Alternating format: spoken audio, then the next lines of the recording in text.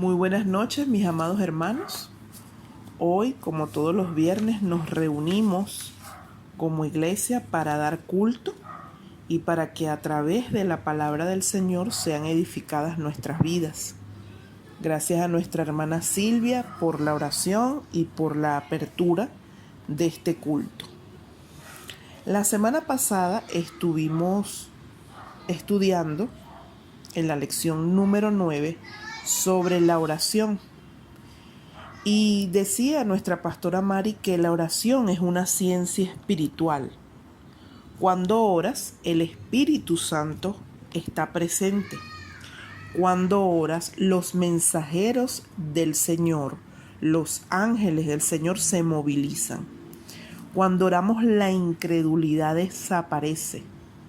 Y si oramos constantemente, vendrán las respuestas. Nos quedamos con el pasaje bíblico de Jeremías 33:3, donde el Señor nos dice: clama a mí y yo te responderé y te haré ver, te enseñaré cosas grandes y ocultas que tú aún no conoces. Entonces, decía la pastora Mari Santiago que la oración como ciencia espiritual acciona el Evangelio en nuestras vidas para que podamos ser testigos de la obra del Espíritu Santo en el campo. El día de hoy vamos a estudiar lo que es la lección número 10. Y esta lección se titula así: La Iglesia de Jesucristo. Vamos a darle lectura al texto bíblico, el texto base que tenemos para esta lección número 10, y vamos a buscar en la carta de Efesios. Vamos a buscar la carta de Efesios, capítulo 4. Capítulo 4, Efesios, capítulo 4. Todos por favor a la mano y lo leen conmigo. Efesios capítulo 4, versículos del 13 al 16. Y leemos: hasta que todos lleguemos a la unidad de la fe y del conocimiento del Hijo de Dios, a un varón perfecto, a la medida de la estatura de la plenitud de Cristo, para que ya no seamos niños fluctuantes, llevados por doquiera de todo viento de doctrina, por estratagema de hombres que para engañar emplean con astucia las artimañas del error, sino que siguiendo la verdad en amor, crezcamos en todo en aquel que es la cabeza, esto es Cristo, de quien todo el cuerpo bien concertado y unido entre sí por todas las coyunturas que se ayudan mutuamente según la actividad propia de cada miembro, recibe su crecimiento para ir edificándose en amor. Entonces vemos que en cada época, si la iglesia no se mantenía adecuadamente, ocurrían desastres y ocurrían guerras y hambrunas. La iglesia es el último bastión que le queda a la humanidad. Y bastión significa baluarte. Entonces hoy en esta clase de la Iglesia de Jesucristo, primeramente vamos a tener para iniciar el significado de la iglesia.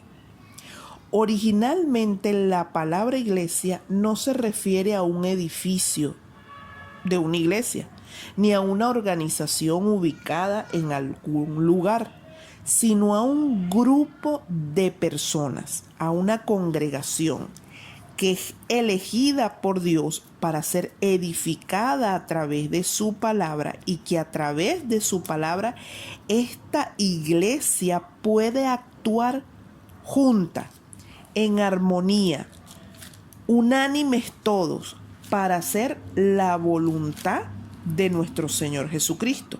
Y en primer punto vemos la iglesia establecida por Jesús. Vamos a ir a la palabra en Mateo capítulo 16, en el versículo 18, y dice así: y yo también te digo que tú eres Pedro, y sobre esta roca edificaré mi iglesia, y las puertas del Hade no prevalecerán contra ella.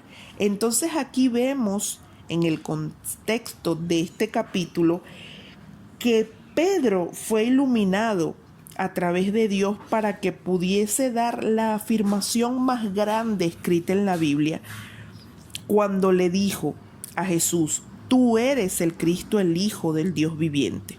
Porque Jesús preguntaba a sus discípulos qué decían ellos o qué creían ellos sobre él, quién era él. Y él les decía, y Pedro les afirmaba: tú eres el Cristo, el Hijo del Dios viviente. Y una vez que Pedro hace esta afirmación, el Señor le dice: y yo también te digo a ti que tú eres Pedro. Y sobre la roca de la afirmación que acabas de pronunciar, que Jesús es el Cristo, yo edificaré mi iglesia.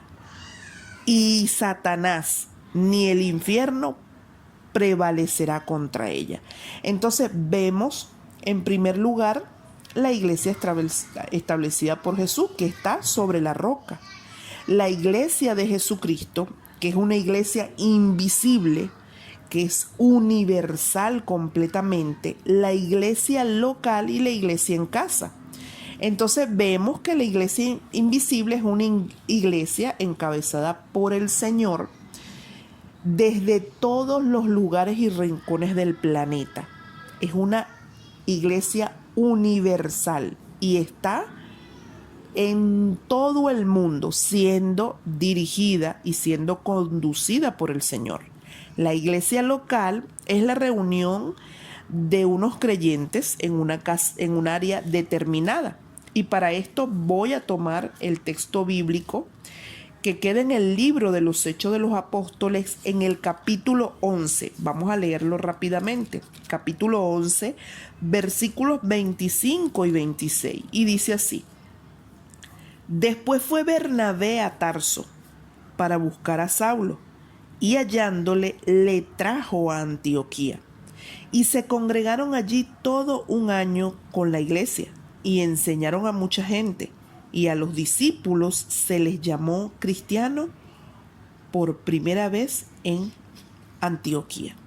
Entonces vemos que esta era una iglesia local, pero además de eso está la iglesia de casa en casa, que es la reunión de creyentes que se reúnen alrededor de sus hogares individuales en áreas donde había en aquel tiempo mucha persecución, esa persecución que sostenían a la iglesia primitiva, pero que hoy en día, a través de cada uno de nosotros, que es iglesia y que está en diferentes partes del mundo, en diferentes campos, reunido levantando la torre de luz de casa en casa, hoy nosotros replicamos ese mismo movimiento que hubo en la antigüedad.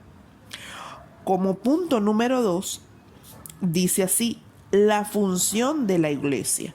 Y las 4 funciones principales de la iglesia son las siguientes: el culto, la evangelización, la edificación y el servicio.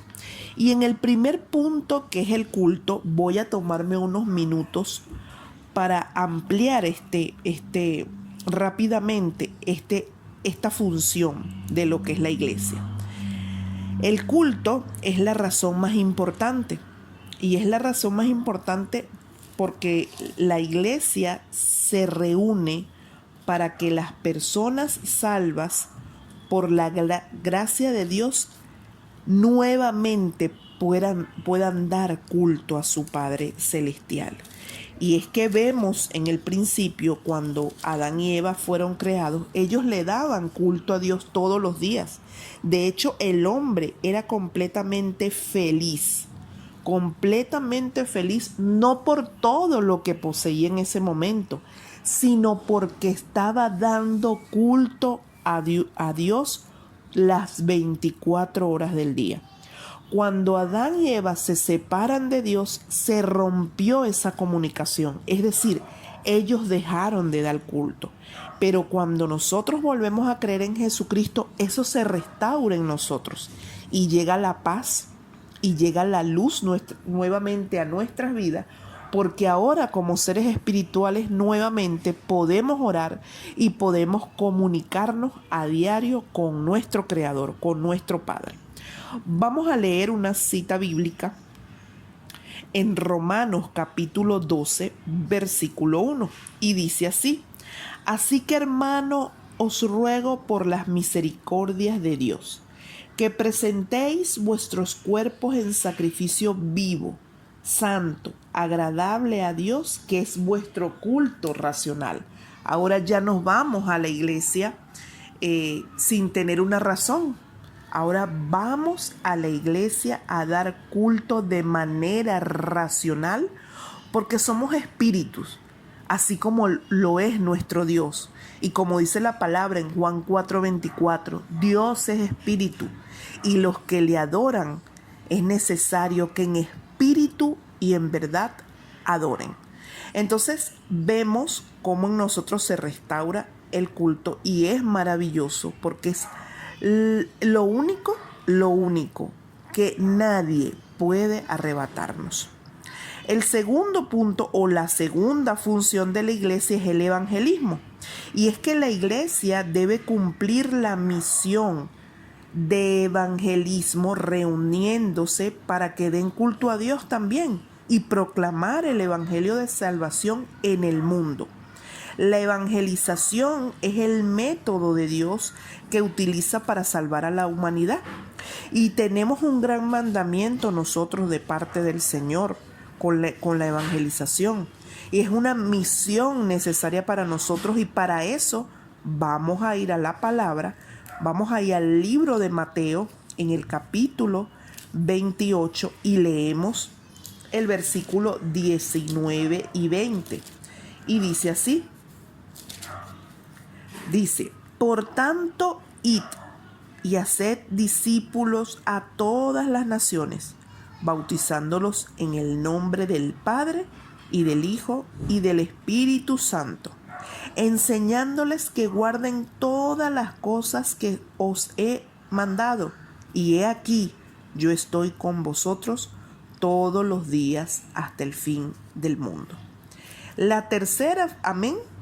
La tercera función de la iglesia, entonces, es la edificación. Y es que la iglesia debe nutrir fielmente a las almas que ha salvado a través del mensaje del púlpito, a través de la palabra, a través de la edificación de sus espíritus para que crezcan hasta la madurez espiritual. Y vemos y leemos nuevamente en la carta de los Romanos. Vamos a leer Romanos capítulo 12, versículo 6 y 8. Y dice así: de manera que teniendo diferentes dones, según la gracia que nos es dada, si el de profecía, úsese conforme a la medida de la fe, o si de servicio en servir, o el que enseña en la enseñanza, el que exhorta en la exhortación, el que reparte con liberalidad, el que preside con solicitud y el que hace misericordia con alegría. Entonces vemos que cada uno de nosotros es muy importante para la iglesia. Y mientras nos vamos edificando a través del mensaje del púlpito, como bien lo dije antes, vamos a ir recibiendo esos dones espirituales que el Señor ya ha previsto en el plan absoluto que tiene para cada una de nuestras vidas. La cuarta función de la iglesia es el servicio. La iglesia debe enseñar a las almas a ser obreros, porque nosotros somos obreros de Cristo. Nosotros somos el ejemplo de Jesús. Y para eso vamos a leer en la palabra, en el libro de Juan capítulo 13, versículo 14. Y leemos: Pues si yo, el Señor y el Maestro, he lavado vuestros pies, vosotros también debéis lavaros los pies los unos a los otros. Por eso es que decíamos que en el servicio debemos de ser un ejemplo de Jesús. Y finalmente, la tercera misión de la iglesia de Jesucristo, es llevar a cabo la misión eclesiástica que le ha confiado usted, nuestro Señor Jesús. Porque ahora somos guardianes de la verdad, agentes de Cristo, y cumplimos cabalmente las misiones mundiales. Y como guardián del Señor vamos a leer Primera de Timoteo. Vamos a leer Primera de Timoteo, capítulo 3, versículo 15. Y dice así: para que si tardo sepas cómo debes conducirte en la casa de Dios, que es la iglesia del Dios viviente, columna y baluarte de la verdad. Y para nosotros poder ejercer las misiones mundiales, vamos a leer Marcos, capítulo 16, versículo 15. Y dice así: y les dijo: id por todo el mundo y predicad el evangelio a toda criatura. Entonces nosotros debemos, como guardián de la verdad, sabernos conducir dentro de la casa de Dios, y como pioneros de cumplir la misión mundial, que es el deseo absoluto de Dios, nos preparamos y vamos por todo el mundo predicando el evangelio a toda criatura. Entonces, en conclusión, mis hermanos, la iglesia que Dios desea es la iglesia que se centre en el mensaje básico de la palabra, que no es otro, sino que Jesús es el Cristo, y que ha venido con las misiones importantes de verdadero profeta. Él mismo es el camino que nos llevó a Dios y rompió con la separación que nos desunía de nuestro Creador.